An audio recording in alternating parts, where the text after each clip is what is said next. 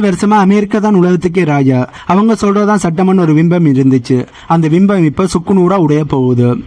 Straight of Hormuz பகுதி, இந்த பகுதி வழியா தான் உலகத்தில் ஓடுற ஒட்டுமொத்த கச்சா எண்ணெயில 1/3 ஓடிக்கிட்டு இருக்கு. அதாவது இந்த சின்ன கடற்பாதை வழியா தான் போகுது. இப்ப இந்த பாதையோட சாவிய ஈரானும் ஓமனும் சேர்ந்து அவங்க கைக்கு மாத்திட்டாங்க. இது அமெரிக்காவுக்கு கொடுக்கப்பட்ட ஒரு மிகப்பெரிய ஒரு செக்மேட். இந்த அமெரிக்கா ஈரான் போருக்கு பிறகு இந்த போரினால ஈரான் இனி எடுக்க போற அதிரடியான முடிவுகள் என்ன என்பதை பற்றி தான் இந்த வீடியோவை நாங்க தெளிவாக பார்க்க போறோம்.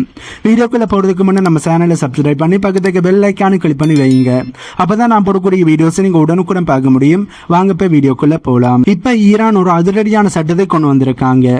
இனிமே இந்த ஸ்ட்ரெய்ட் ஆஃப் ஹோர்முஸ் பாதை வழியா எந்த ஒரு கப்பல்கள் போவதாக இருந்தாலும் அவர்கள் ஈரானுக்கு டேக்ஸ் கட்டணும். சரி, டாலர்ல கட்டலாம் தானே என்று கேட்டா அங்கதான் ஈரான் ஆப்பி எடுத்து சொல்லி இருக்கிறார்கள்.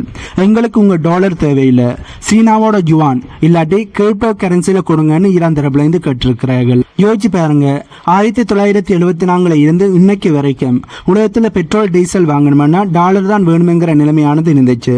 அதனாலதான் அமெரிக்கா கண்டமேனிக்கு நோட்டை அடிச்சு உலகத்தையும் மிரட்டிக்கிட்டு இருந்தாங்க.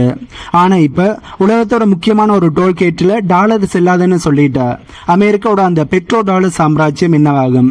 ஒரே அடியிலேயே அமெரிக்காவோட முதுகெலும்பை இப்ப ஈரான் உடைச்சிருக்காங்கன்னு தான் சொல்லணும். இத்தனை வருஷமா சவுதி அரேபியா, UAE, கத்தார் மாதிரியான வளைகுடா நாடுகள் ஏன் அமெரிக்கா சொல்றதை கேட்டுக்கிட்டு இருந்தாங்க என்பதை நீங்க கொஞ்சம் யோசிச்சு பாருங்க. இதற்கு முக்கியமான காரணமே செக்யூரிட்டி அம்பர்லா. அதாவது எங்க கிட்ட என்ன இருக்கு ஆனா பாதுகாப்பு இல்லை, நீ வந்து எங்களை பாதுகாத்தா நாங்க உனக்கு சாதகமா இருப்போம் என்பதை ஒரு டீலாக போட்டிருந்தார்கள். ஆனா இப்போ நிலைமை அப்படியே தலைகீழா மாறிட்டுது. அமெரிக்காவோட அந்த பாதுகாப்பு கூட இப்ப ஓட்டி ஆகி போச்சு என்பதுதான் உண்மை. அமெரிக்காவோட ஏவுகணை தடுப்பு அமைப்புகள், அதாவது பேட்ரியாட் மிசைல் டிஃபென்ஸ் சிஸ்டங்கள், அவங்களோட பிரமாண்டமான போர்க்கப்பல்களும் ஈரானோட அதிநவீனமான ட்ரோன்களுக்கும் ஹைப்பர்சோனிக் மிசைல்களுக்கு முன்னாடி ஒண்ணுமே இல்லாம போயிடுச்சு என்பதுதான் உண்மை. இத அரபு நாடுகள் இப்ப நுணுக்கமா கவனிச்சுக்கிட்டு இருக்காங்க. நம்மளை பாதுகாப்பார்கள் என்று பார்த்தா அமெரிக்கா நம்மளையே போரில் இழுத்து விட்டுட்டு வேடிக்கை பார்ப்பாங்க போலியன்னு இப்ப அரபு நாடுகளுக்கு ஒரு சந்தேகமானது வந்துருச்சு. இந்த இடத்துலதான் பெரிய ஒரு ட்விஸ்ட் நடக்குது. அமெரிக்கா என்ன நினைச்சாங்கன்னா, நாம ஈரானை மிரட்டினா இந்த வளைகுடா நாடுகள் எல்லாமே நம்ம பக்கம் நிப்பாங்கன்னு. ஆனா நடந்ததோ வேறையா இருக்கு. கத்தார் மற்றும் UAE போன்ற நாடுகள் இப்போ ரகசியமா ஈரான் கூட கைகோக்க ஆரம்பிச்சுட்டாங்கன்னு ஒரு அரசியல் புரசலான செய்திகள் வெளிவர ஆரம்பிச்சிருக்கு. அவங்க என்ன சொல்றாங்கன்னா, அமெரிக்கா இன்னைக்கு இருக்கு நாளைக்கு ஓடிடும், ஆனா ஈரான் நம்ம பக்கத்து நாடு, அவங்க கூட சண்டை போட்டுக்கிட்டு நாம என்ன லாபம் அடைய போறோம், பேசாம ஈரான் கூடவே டீல் போடலாம்னு தான் இப்ப முடிவு பண்ணிட்டாங்கன்னு இப்ப ரகசியமான தகவல்களானது கசிய ஆரம்பிச்சிருக்கு. இதனாலதான் ஸ்ட்ரெய்ட் ஆஃப் ஹோர்முஸ் பகுதியில் ஈரான் ஒரு டோல்கேட்டை போட்டப்போ கூட இந்த அரபுலக நாடுகள் எல்லாமே பெருசா எதிர்ப்பு காட்டல போல இருக்கு. இதே நேரத்தில் அமெரிக்கா கூப்பிட்டுமே ஸ்பெயின் மற்றும் ஜெர்மனி மாதிரியான நேட்டோ நாடுகளே இது உங்க பிரச்சனை, நீங்களே பார்த்துக்கோங்க என்று சொல்லி அமெரிக்காவை கைவிரிச்சு விட்டுட்டாங்க. அமெரிக்கா இப்போ அந்த பாதையில ஒரு அனாதை மாதிரி நின்றுகிட்டு இருக்காங்க என்பதுதான் உண்மை. ஆகவே இது வரும் கடல் பாதை பிரச்சனை மட்டுமில்ல, இது அமெரிக்காவுக்கு கொடுக்கப்பட்ட எவிக்ஷன் நோட்டீஸ். அதாவது இத்தனை காலம் நீங்க இங்க என்ன பண்ணது போதும், அதாவது என்ன பண்ணினீங்க, எங்களை பாதுகாப்போம்னு சொன்னீங்க, ஆனா எங்களை பாதுகாக்கல, ஆகவே நீங்க இங்க பண்ணினது எல்லாமே போதும், கிளம்புங்க வளைகுடா நாடுகள் இப்ப சொல்லாம அமெரிக்காவை விரட்டி அடிக்கிறார்கள் என்பதுதான் நிறைய வல்லுநர்களோட கருத்து. அமெரிக்காவோட அந்த பழைய சண்டியர்த்தனம் இனிமே இந்த ஏரியாவோட வேலைக்கு ஆகாது. ஒரு பக்கம் ஈரானோட பலம், அதாவது ராணுவ பலம், இன்னும் ஒரு பக்கம் அரபு நாடுகளோட ராஜதந்திரம், இது இரண்டுக்கு நடுவில் அமெரிக்கா மாட்டிக்கிட்டு இப்ப முழிச்சு கொண்டு இருக்கிறார்கள்.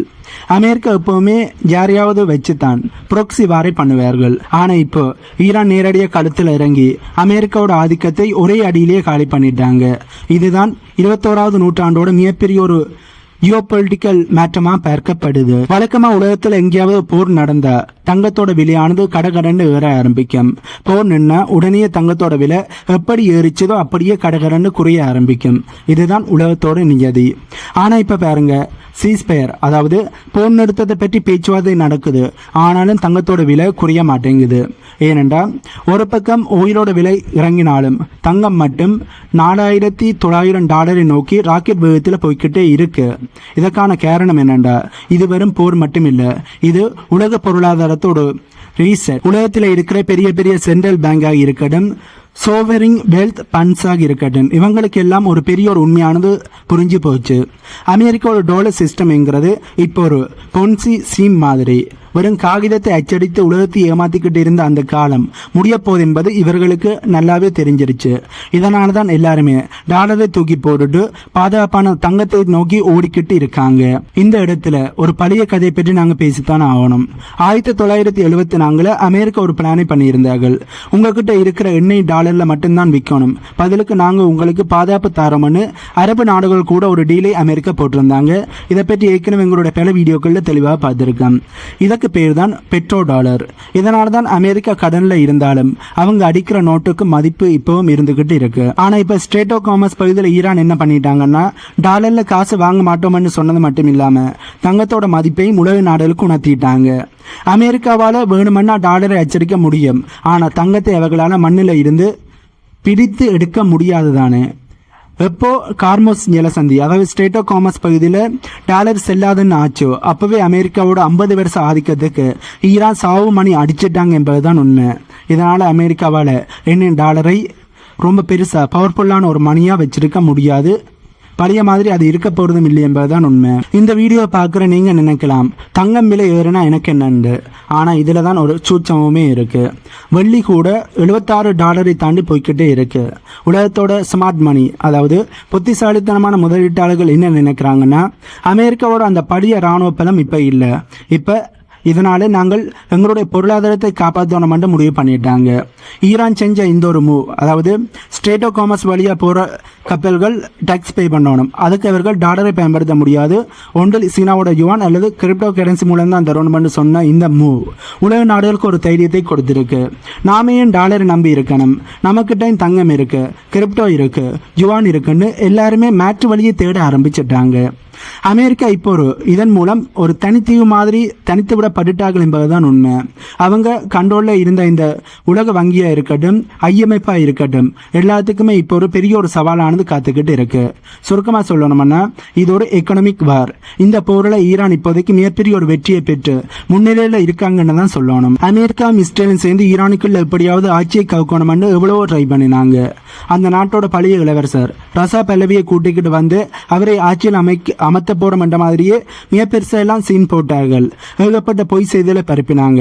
ஆனால் கடைசியில் என்னாச்சு, ஈரானோட மக்கள் எல்லாருமே ஒன்று சேர்ந்து எங்க நாட்டு விஷயத்துல தலையிட நீ யாருன்னு அமெரிக்காவை திருப்பி அடிக்க ஆரம்பிச்சிட்டாங்க. ஆட்சியை மாற்றணும்னு நினைச்ச அமெரிக்காவுக்கு இப்போ ஈரானோட ஆட்சி இன்னுமே பலமா மாறி இருக்கிறது தான் மிச்சமாக இருக்கு. ஈரானை தன்னுடைய கட்டுப்பாட்டுக்கு எடுக்கலாம்னு அமெரிக்கா போரே ஆரம்பித்தார்கள். பட் இந்த சீஸ்பயர் மூலம் அமெரிக்கா நினைச்சது ஒன்று நடந்தது. அமெரிக்காவுக்கு எதிரான டபுள் மடங்கான விஷயமாக பார்க்கப்படுது. இஸ்ரேலோட பிளான் எல்லாமே இப்போ புஷ்பானம் ஆகிட்டது என்பதுதான் உண்மை. ஆகவே இப்போ கடைசி உங்கள்கிட்ட ஒன்று தான் சொல்ல நினைக்கிறேன். நாம இப்போ ஒரு மிகப்பெரிய ஒரு மேட்டத்தை கண் முன்னாடியே பார்த்துக்கிட்டு இருக்கோம். அமெரிக்காவோட அந்த ஒற்றை அதிகாரம் முடிவுக்கு வந்துடுச்சு. இனிமே சீனாவோட யுவான், டிஜிட்டல் கரன்சி மற்றும் ஈரான் ரைசா சீனா கூட்டணி இதுதான் உலகத்தையே வழிநடத்த போகுது. இது அமெரிக்காவுக்கு கிடைச்ச மிகப்பெரிய ஒரு அவமானமாகத்தான் பார்க்கப்படுது. அமெரிக்கா ஈரானுக்கு எதிரான போரை ஆரம்பிக்காட்டி கூட அமெரிக்கா ஸ்ட்ராங்காக இருந்திருப்பார்கள். அமெரிக்காவோட பவர் அப்படியே இருந்திருக்கு. பட் இந்த போர் ஆரம்பித்த பிறகு அமெரிக்கா ஒரு டம்மி என்பதை உலக நாடுகள் தெரிந்து விட்டார்கள். அமெரிக்காவோட பவர் படும் மோசமாக வீழ்ச்சி அடைஞ்சிருக்கு. ஆகவே அமெரிக்கா இந்த போரை ஆரம்பித்ததான் அவர்கள் வாழ்நாளில் செஞ்ச மிகப்பெரிய ஒரு தப்பு. அது இஸ்ரேலோட பேச்சை கேட்டு இந்த போரை ஆரம்பித்தது முட்டாத்தனமான முடிவாகத்தான் பார்க்கப்படுது. அதுக்கான விளைவுகளை தான் அமெரிக்கா இப்போ அனுபவிச்சு கொண்டிருக்காங்க. இந்த வீடியோ நீங்கள் பார்த்து கொண்டிருக்கிற நேரத்தில் மறுபடியும் இந்த சீஸ்பயரானது குழப்பப்பட்டு மறுபடியும் போரானது ஆரம்பிக்கப்பட்டிருக்கக்கூடிய வாய்ப்புகள் கூட இருக்குது. எதுவானாலும் நடக்கலாம்.